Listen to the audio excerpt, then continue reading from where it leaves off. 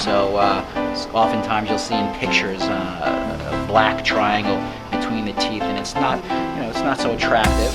So what we can do is, in the new veneers, we'll actually adapt the veneer so that you won't see that black triangle. What we're doing now is we are preparing the mouth for the old veneers.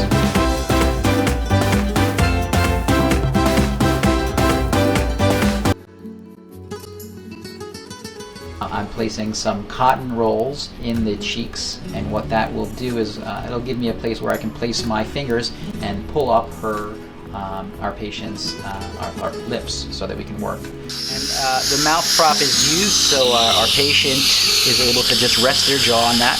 They don't have to stay open, they just can rest and relax.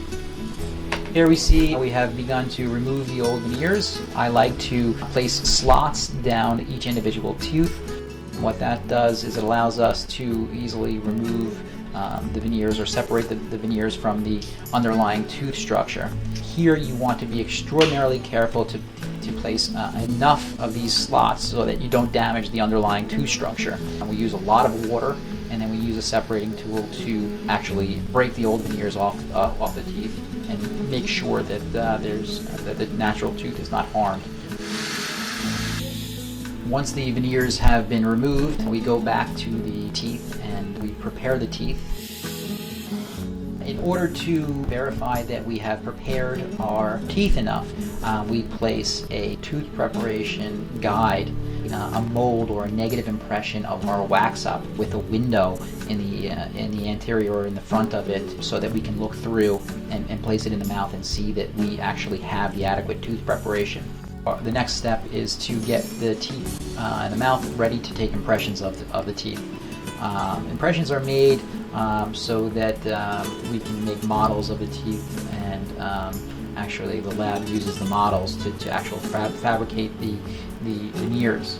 Anything sharp underneath the veneer will make the veneers a little bit more susceptible to fracture and failure down the road. Now we are going ahead and we are going to prepare the gum tissue for the impression. We want to retract the gums away from the tooth structure so that we get a very, very accurate impression of just the teeth alone. The next thing I like to do is to place a substance called X-Bacil. And what the X-Bacil serves to do is a clay-like substance. It acts to further push the gum tissue down, and if there's a little bit of bleeding in the gum tissue, it also eliminates the bleeding. Once we have retracted the tissue, what I like to do is make sure our custom tray fits.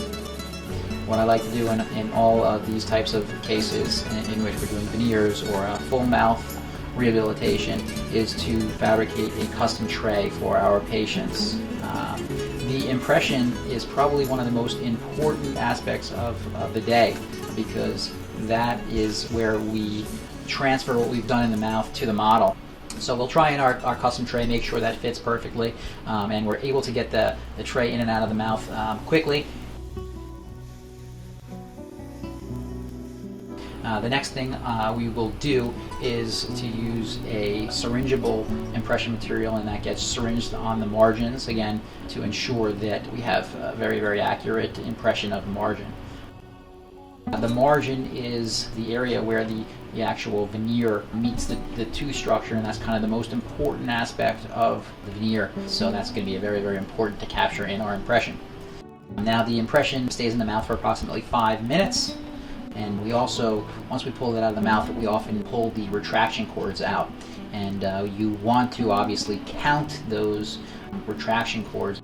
After our impression is made, the next step in this journey is to make sure we get a good bite registration.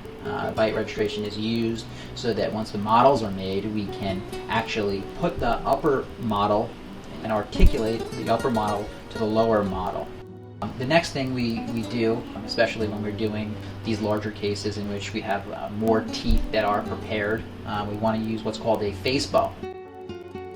What the face bow allows us to do is actually put the models on a machine, and this model actually will replicate the functionality of the jaw based on these measurements, so that we, at the end, we'll have models, an upper and lower model of the mouth that closely replicates the way it functions in the patient.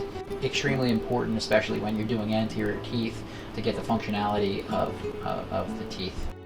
Obviously, it's not enough to make them look pretty. We have to make them function as well, and this is how we do it.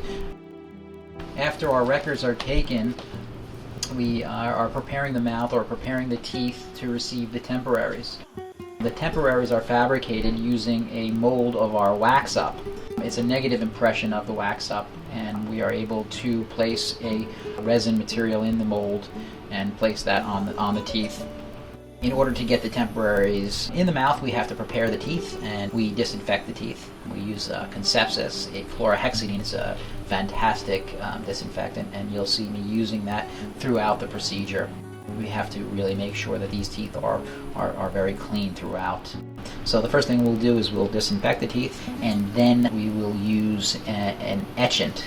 What the etchant does is it roughens up the tooth structure so that we have more tooth surface or more surface area so that we get a better bond. After we etch, we place a bonding agent in the etch.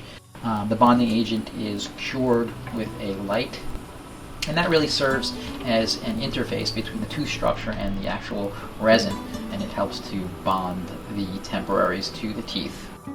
So we see here we have placed the mold with the temporary material in the mouth.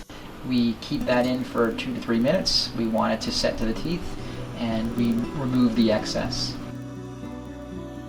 Once the temporaries have cured, we remove the mold, and we're left with our temporaries in the mouth. Once the temporaries have set in the mouth, we remove the matrix, and what we'll do next is to fill in any voids that may have occurred by the incorporation of air. In addition, we'll remove any excess material. Once the temporaries are in, we want to adjust the functionality of the teeth, make sure the movements in the mouth are correct, and then we can go back in the mouth and make additional revisions as needed.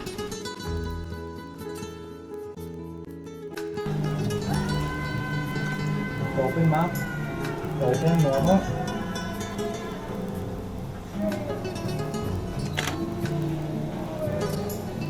Good, bite down all the way.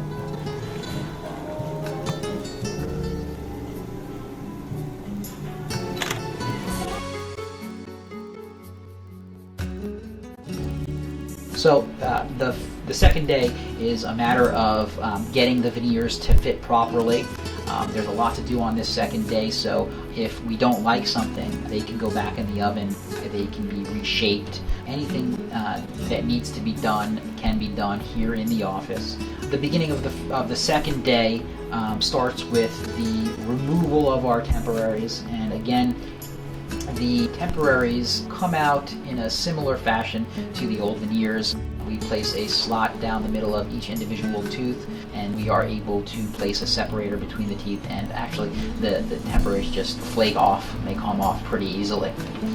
Here we see we are fitting each individual tooth. We do this one at a time, and what we are looking here for is to make sure that our margins are meticulous, that they're very, very smooth, and that there's no spaces between the tooth structure and the actual veneer. In addition to that, we want to make sure that our contacts between each individual tooth is appropriate and is tight. So we place a piece of articulating paper. It's essentially a carbon paper that goes between the veneers, and it will mark the veneer if the contact is too tight. We get them adjusted properly, make sure our contacts are perfect, make sure our margins are perfect, there are no gaps between the tooth structure and the actual veneers. And then it's just a matter of cementation. We are going to cure our bonding agent to the tooth, and each tooth gets cured for 10 seconds. Once both the tooth structure and the veneers are prepared, they are placed in the mouth.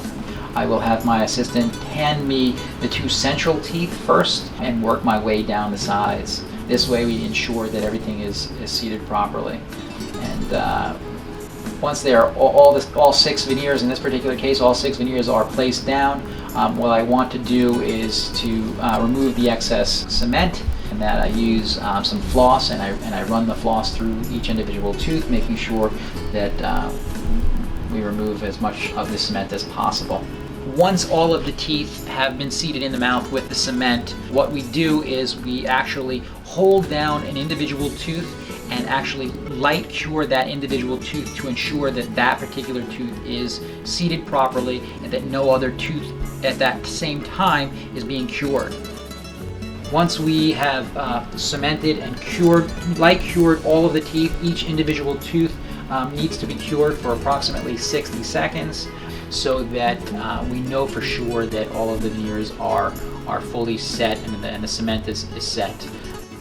Once all our veneers are fully seated, we go ahead and we make our bite adjustments.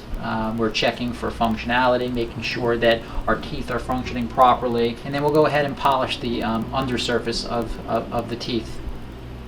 And that's basically it. Basically, the veneers are in, they are adjusted, the excess cement is removed, and then we have a final chance to make sure we like them. The next thing we see